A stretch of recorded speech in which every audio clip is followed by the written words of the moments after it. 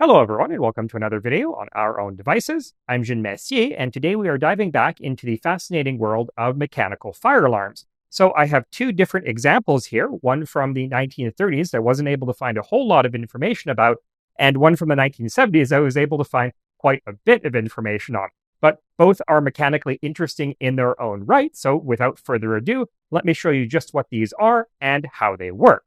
So the first model I have to show you here is called the Guardsman fire alarm, and this was manufactured by Consumers Engineering Company of New York and Montreal, and the design was originally patented by one Joseph Grisson, first in the United States on January 1st, 1934, and then in Canada on June 25th, 1935. And that's about all I know. Despite my best efforts, I wasn't able to track down any further information on either Consumer Engineering Company, when they were founded, by whom, how long they stayed in business, or the Guardsman fire alarm. How many were manufactured, how many different models there were, how much they sold for, nothing. But as always, if any of you know anything more about this product and the company that manufactured it, please send me an email and I will be sure to add that information to the description of this video. So in absence of any further historical information, let's instead take this apart and see how it works. So on the back, we have a bunch of information engraved into the housing. The Guardsman, made in Canada by Consumers Engineering Company, and patent number 351127. And by the way, this is the Canadian patent number, the American equivalent being 1987590. We also have a knob for winding up the clockwork mechanism, and a little flag that pops out to signal that the alarm needs to be rewound. On the top, we have a little cantilevered metal plate, which is a bimetallic strip that acts as the alarm's heat-sensing element. As I've covered in previous videos, bimetallic strips are made of two metal layers with different coefficients of thermal expansion sandwiched together, such that when they are heated or cooled, the layers expand at different rates and the strip bends. In this case, if I apply a blowtorch to the strip, you'll see that it bends upwards, pulling a retaining pin out of the internal mechanism and setting off the alarm. So to take this apart, we first undo this nut at the top and the entire bell comes right off. And here we see a crank driven by the internal clockwork that causes this clapper to reciprocate and strike the bell. This is normally held in place by this pin, the slot in the top of which fits into the fork on the end of the bimetallic strip. So when the temperature gets high enough, the strip pulls the pin out and releases the clapper. To further disassemble this, we first loosen this set screw to remove the indicator flag, then undo these four nuts on the back. And the back plate lifts off.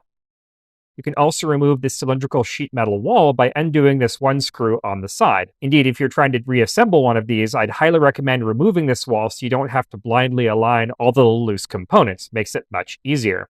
Anyway, inside we can see our coiled clock spring, which is connected to this big drive gear. In the center of the gear, we have a ratchet and pull mechanism that disengages to allow the mainspring to be wound and engages to transfer the spring pressure to the gear. This rotation is then transferred to the clapper crank via these two intermediate gears. Finally, the flag that signals that the mechanism needs to be rewound is attached to this lever, which has a spring that keeps it pressed up against the mainspring. So as the mainspring winds down and expands, the lever and the flag are pushed outward. Moving on, the next model I have to show you is the Vanguard Thermosonic V5 40-foot, manufactured by the Interstate Engineering Corporation of Anaheim, California. And in stark contrast to the Guardsman Alarm, oh boy, this one sent me down quite the rabbit hole, so buckle in. So Interstate Engineering actually started out as an aircraft manufacturer. Interstate Aircraft and Engineering Corporation, founded in 1937 in El Segundo, California. And their flagship product was the Interstate Cadet, a light two-seat, high-wing general aviation and training aircraft, around 600 of which were built for civilian clients as well as the U.S. Army Air Corps. And if you'll permit me a bit of a tangent here, civilian interstate cadets were among the first, if not the first, aircraft to encounter the Japanese first wave during the December 7th, 1941 attack on Pearl Harbor. Two of these were famously flown by Cornelia Fort and Marguerite Gambo of the Gambo Flying Service. And despite instructing students at the time, they managed to take evasive action and land safely. Unfortunately, two other Gambo Flying Service aircraft that were in the air at the time weren't as lucky and never made it back home. Now, if you're a fan of classic war movies like I am, you probably remember this event being dramatized in the 1970 film Tora, Tora, Tora, though in that scene, they use a Boeing Stearman instead of an interstate cadet. Now, in addition to the Cadet, Interstate also designed and built one of the first practical combat UAVs, or drones, the Interstate PDR. This could be fitted with either bombs or torpedoes and radio guided to its target by a specially equipped Grumman TBM Avenger mothership. Now, around 200 of these were manufactured and deployed on a trial basis in the Pacific Theater, but unfortunately they were plagued with technical issues and the project was canceled in October 1944. Interstate also designed a tailless jet-powered drone called the XBDR, though this was also canceled, in this case before it could ever leave the drawing board. And if you want to learn more about the fascinating early history of military drones and guided munitions, please check out the videos I wrote on the subject over on Today I Found Out, linked in the description. Anyway, at the end of the war in 1945, Interstate decided to get out of the aviation business and sold off the rights to its Cadet line of aircraft to the Harlow Aircraft Company of Alhambra, California, which immediately sold them to the Call Aircraft Company of Afton, Wyoming. Finally, in the 1960s, they were acquired by Arctic Aircraft of Anchorage, Alaska, produced an upgraded bushplane version of the Cadet called the Arctic Tern. Meanwhile, Interstate Aircraft changed their name to Interstate Engineering, moved their headquarters to Anaheim, and switched over to producing consumer appliances. And in 1967, they were bought out by a conglomerate called Figgie International. Now, as far as Fortune 500 companies go, Figgie International is not very well remembered today. Indeed, I had never heard of it until I started doing research for this video. However, at the time, apparently, they were huge. Now, the company was founded in 1963 by one Harry E. Figgie Jr., who was apparently quite a character, being named by Fortune magazine in 1989 as one of America's toughest bosses, with a management style described as hire 'em, tire 'em, and fire 'em. And of himself, Figgie once said, "You don't build a company like this with lace on your underwear. I won't deny it. I know how to chew ass. You get the picture." Now, as I said, Figgie started his company in 1963 by buying up the failing Automatic Sprinkler Corporation of America of Youngstown, Ohio.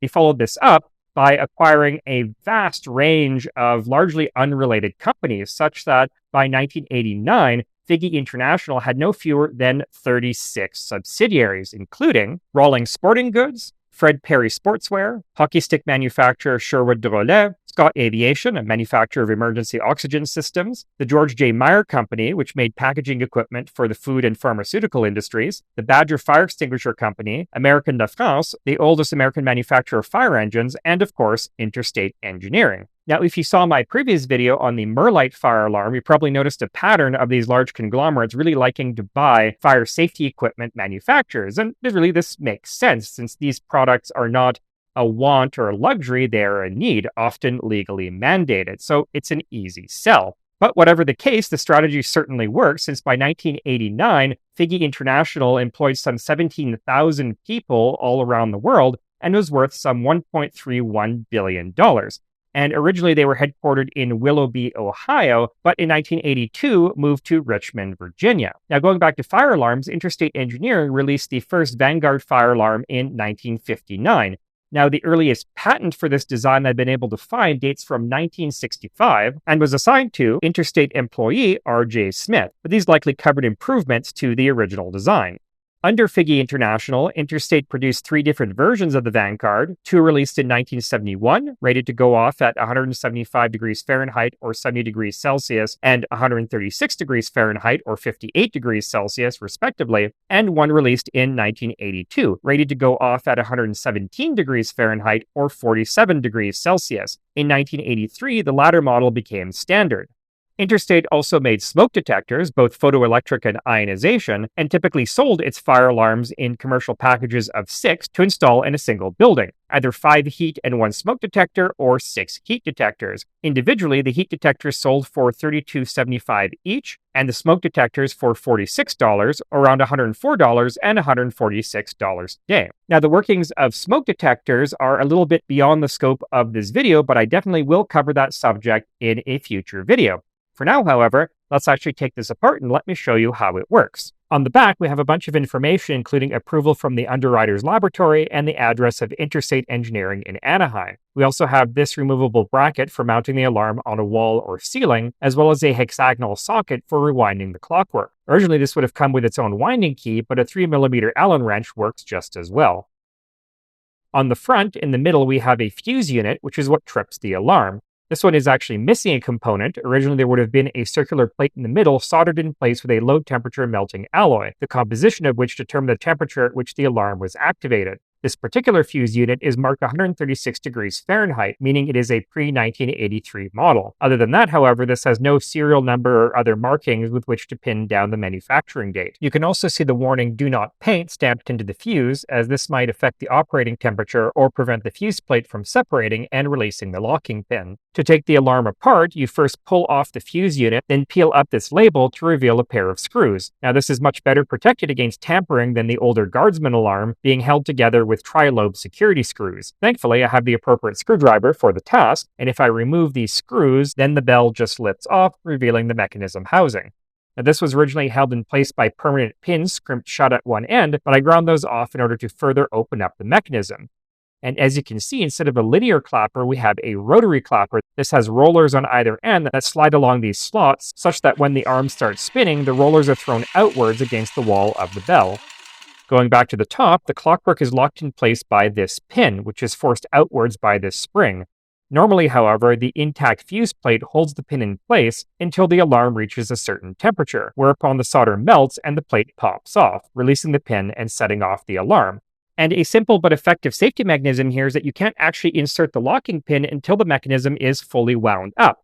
So if I wind this all the way, then the pin pops right in. So overall, not too dissimilar in design to the older Guardsman Alarm, and this actually ended up being a bit of a problem, one that landed Figgie International in some hot water. See, by the 1980s, mechanical fire alarms like these were decades out of date, yet Figgie International continued to heavily market these, probably because they were much easier and cheaper to build than the more sophisticated smoke detectors. And indeed, their advertising emphasized that these were just as good as a smoke detector and would give consumers plenty of warning of a fire, allowing them to evacuate in time. In reality, however, by the time the air got hot enough to set off one of these, even the most sensitive models, levels of carbon dioxide, carbon monoxide, and smoke would have already reached dangerous levels.